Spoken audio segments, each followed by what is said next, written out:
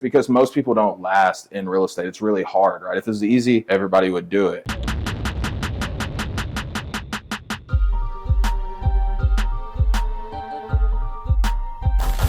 Like I told you guys, I was in college. I was going to Lone Star, and so I didn't have any debt. I was gonna get debt when I went to U of H. I was like, let me try this for 2 years. College was just a struggle for me, but what I realized is I just didn't like what they were teaching, right? So for me, when I set on this journey, basically after that event, what I found was wholesaling. That's actually how I got started in real estate. All of you guys know what wholesaling is, I'm assuming, if you know Dominic. When I heard that term wholesaling, I literally was like, this is illegal. Like, there's no way that you can get a property under contract, put down $5 and make 50. It sounds crazy, but it's definitely achievable. I have a good buddy, his name is Wilney, and I think he did what, like 700,000 on one deal. Now it took 3 months, but I mean, if you did one of those in your life, right, we would all be pretty good. So I went down this journey. I was in like analysis paralysis. I think that's where most people get stuck, right? It seems super exciting. We don't know how to get started. And then eventually my girl just gave me a swift kick in the butt and just told me like, hey, take action or shut up about real estate. I don't really care which one you do, just pick one. And so I took action, and after 6 months of just struggling and marketing and everything, I finally got a deal. We made $8,000. I split that with my mentor. I got 2 more deals, and then I quit my job. I used to wait tables at City Center, and then I had already been on this journey of like not being in college for like a year, so it's like I kind of got to figure out my life. And then those first 2 years of like wholesaling was a roller coaster. I'm not gonna lie. I would make a lot of money, I would go broke. I would make good money, I would go broke. Luckily, my girl, she had a really good job, so she kind of took care of the bills, which is great now because she doesn't really have to work, even though she works with me. But throughout that journey of just finding really good deals in wholesaling, we ended up buying rentals, and then somehow over the last like 2 to 3 years, it's just the flipping thing has kind of took over. But we still do the same thing. We find really good, deeply discounted off-market properties. So I think that's there's a couple things I want to drive home with you guys. The best deals always come off-market. Now we flip, like you said, we have 3 properties in this neighborhood alone. This house came from a sign. So I have a house that I was going to keep as a rental. When the market shifted over the last 6 months, rates went up, and it just didn't make sense for our investing strategy to keep it when I could just sell it and make, you know, $25,000-$30,000 and just wait till things start to go back down. But my wife had a sign in the yard, and this gentleman called, and he was very aggressive. I don't know if you guys study personality types, but if you're in sales, business, just any type of relationship, if you guys have, you know, spouses, whatever, it's important to know your personality type. So he was a red, I'm a red. But when he called, he was just talking about construction, right? When we go into a store, right, people are like, can I help you with anything? And we know we got in our car, we drove there to go specifically buy something, but the first thing that we tell them is no, right? We lie. So people lie a lot. So when he called my wife, he was saying that he wanted us to do the construction. I'm not a construction person. I just buy the houses and then I pay somebody. But by talking to him, going through the sales process, I realized honestly he didn't want to do the construction. He just wanted to sell. He had an older contractor here that was basically, it took him like 2 years to do the minimal work that you guys see. And he was just done. He owned the house free and clear. So this one, my partner came, negotiated. They couldn't agree, and then he kind of ghosted us for a couple of days. But I knew he wanted to sell.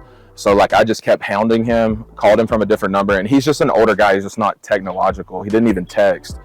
But when I got him on the phone, he was like, hey, you just couldn't meet my number, but he wouldn't ever tell my partner his number. So he finally told me it was the 135. We ended up agreeing on 125. And yeah, 2 weeks later, we bought, I mean, that was literally 3 weeks ago from when first contact. It took us about a week to get the contract. How we buy the homes is I've over my journey of sharing it on social media, I've met wealthy individuals who loan me their money, right? It's a great thing for them because they're getting a 12% return. Sometimes when we have deals go bad and, you know, we hold them for a year, they make a lot of money, we make no money. The beautiful thing about real estate is it's the only business where everybody wins. Like I create a win-win for the seller, I'm releasing their problem. If the wholesaler sells me a deal, they're making money, I make money. Because of that, this is like one of the reasons like I love real estate. In a lot of these 70s and 80s homes, we have like 2 living spaces. So this house is a 3-2. We're actually gonna, this is a closet behind you guys. We're gonna bust that open and demo that. And we're gonna add a closet in one of these corners. And so you'll walk straight in there, and this will actually be a 4th bedroom with a closet. That's one of the ways we like to add value. On average, a bedroom will add $5,000 to $10,000 depending on the neighborhood, but it's just a guarantee that you can get the top of the top. And the bathroom here, I think it looks like this one, there's a tub, but we always rip it out and we make a beautiful stand up with like a glass shower. If we can, we'll make it a little bit bigger. In certain houses, you know, we'll do the garden tub and stuff like that. But we just want it to be like clean and simple. And yeah, like I said, we'll probably be all in 140. We bought it for 125, and then we'll probably have about 15 to 20,000 in selling costs. So this one's a really good deal. So you said there's a lot of repairs for the bathrooms and other stuff. Is there certain permits that you have to acquire to make those changes? Yeah, great question. So in the city of Houston, like within, I think the loop, I can't remember where we're at right now. We're outside the loop. Permits are always necessary. Should you pull permits out here too? Absolutely. Do we? No, because I'm not doing anything that's, structural or major, right? And as bad as it sounds, even when we do like add a bathroom, and if you're in the suburbs, like they don't care as much. Whereas like if you're in the city, they have to get city dollars, right? So like our Airbnbs, we have a couple projects going through the permitting process now. I always say if you're in the city of Houston, 100%. If you're in the suburbs and stuff, they usually don't mess with you. And even in the city, we've done full projects and we still do everything up to code. It's just dealing with the city is a nightmare, especially like since COVID and like nobody wants to work, and one person will tell you one thing, then you talk to 2 other people. It's like a whole process. I would say if you're in the suburbs, like if you're just adding a bedroom, like, you know, it is what it is. It might be off on HCAD, but a lot of houses are wrong on HCAD. Like I have houses that it's not even in the right business name because people just mistyped or didn't hear. Yeah, so Derek, I'm wondering how you keep up with trends, like what countertop you want, flooring. Yeah, so great question. I have a lot of friends that flip all over the US. Because of social media, it's made my world a lot smaller, right? So I just honestly look at, like I have a buddy in Washington and then I have a buddy in Vegas. I really like the Vegas style, and it's a lot of what we're doing, right? The whites with the brown floors with like the black backsplash or white subway tiles. But I really just look at that. Like we did the grays for like the last 2 years and I'm just like, I'm so tired of seeing gray. But it was cost effective and people loved it. But now I feel like it's just time repeats itself. We're honestly probably going to get back to fully tans. Like, I mean, even if you look at clothing, right? How did we get back to like Jinko jeans, right? Like, I don't know your guys' age group, but for me, it's like, this was my teenage years, but time repeats itself. So it's like even wallpaper's coming back and things like that. So I just really look at what people are doing around the US, and then like, I follow a lot of like interior designs and stuff, but also with what we're doing at this price point, you don't have to go like super crazy if you just keep it simple, clean, and efficient. I have another one. Mm-hmm. In the beginning, because I know your real estate is really time consuming, how do you have time to grow your social media as well?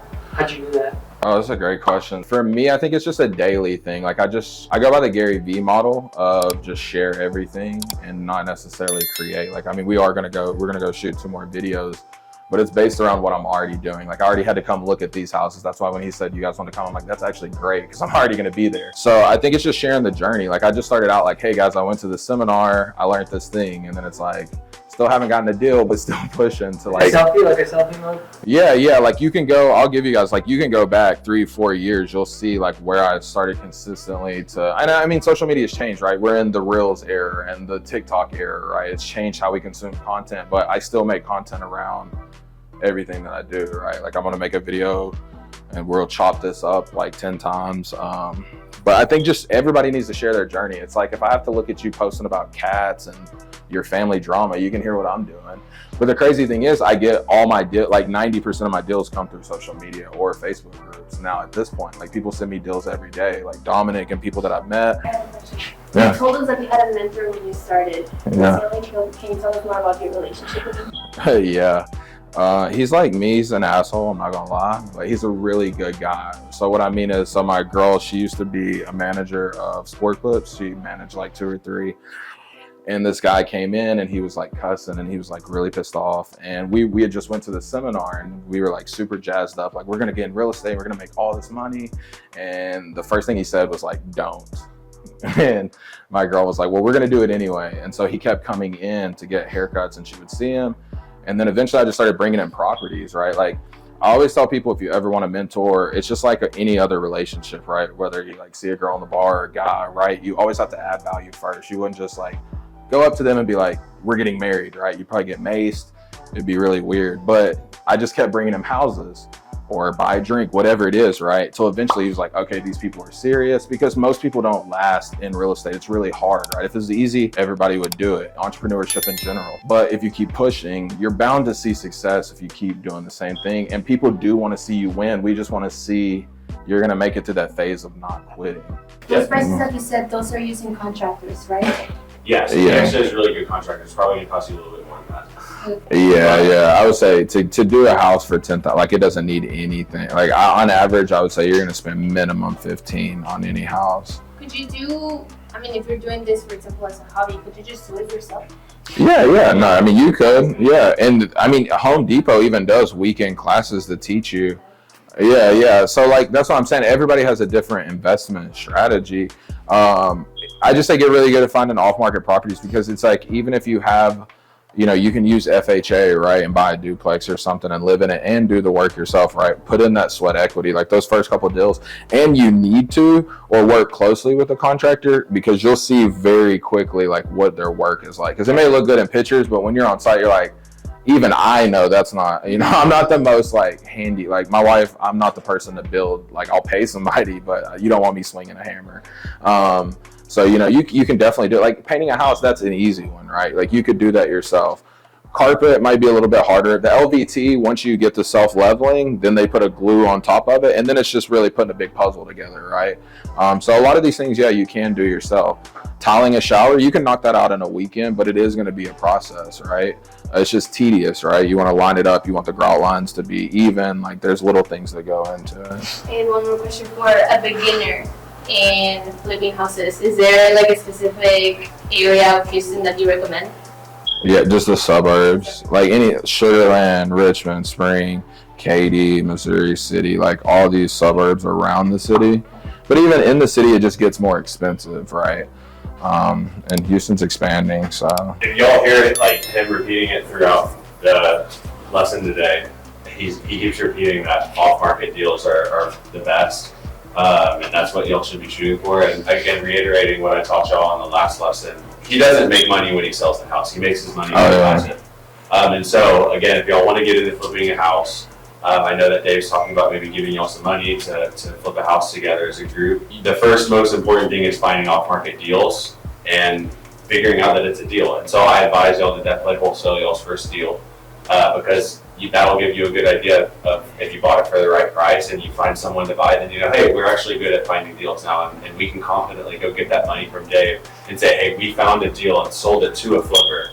That gives you, you know, the credibility to say, we have a house that a flipper bought, so we should be able to flip it ourselves. He'll give y'all his Instagram handle, or I'll put it in the group chat. Flipping a House is his handle. When y'all do find y'all's first deal, because I know y'all are going to all be working at finding y'all's first deal after this. This is the first person who you're going to call to buy it. Yeah, or Dom, right? He will give y'all an offer like that, and he will let you know whether it's a deal or not. Derek, man, thank you so much for taking. I know you're a really busy guy, so y'all thank him and give him a round of applause for helping.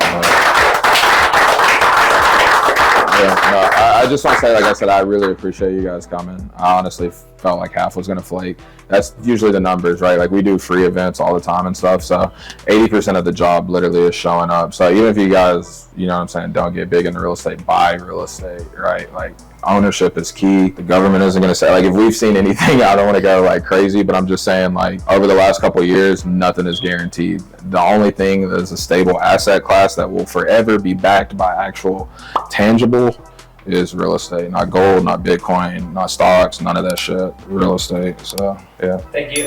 Yeah, appreciate it. Thank you.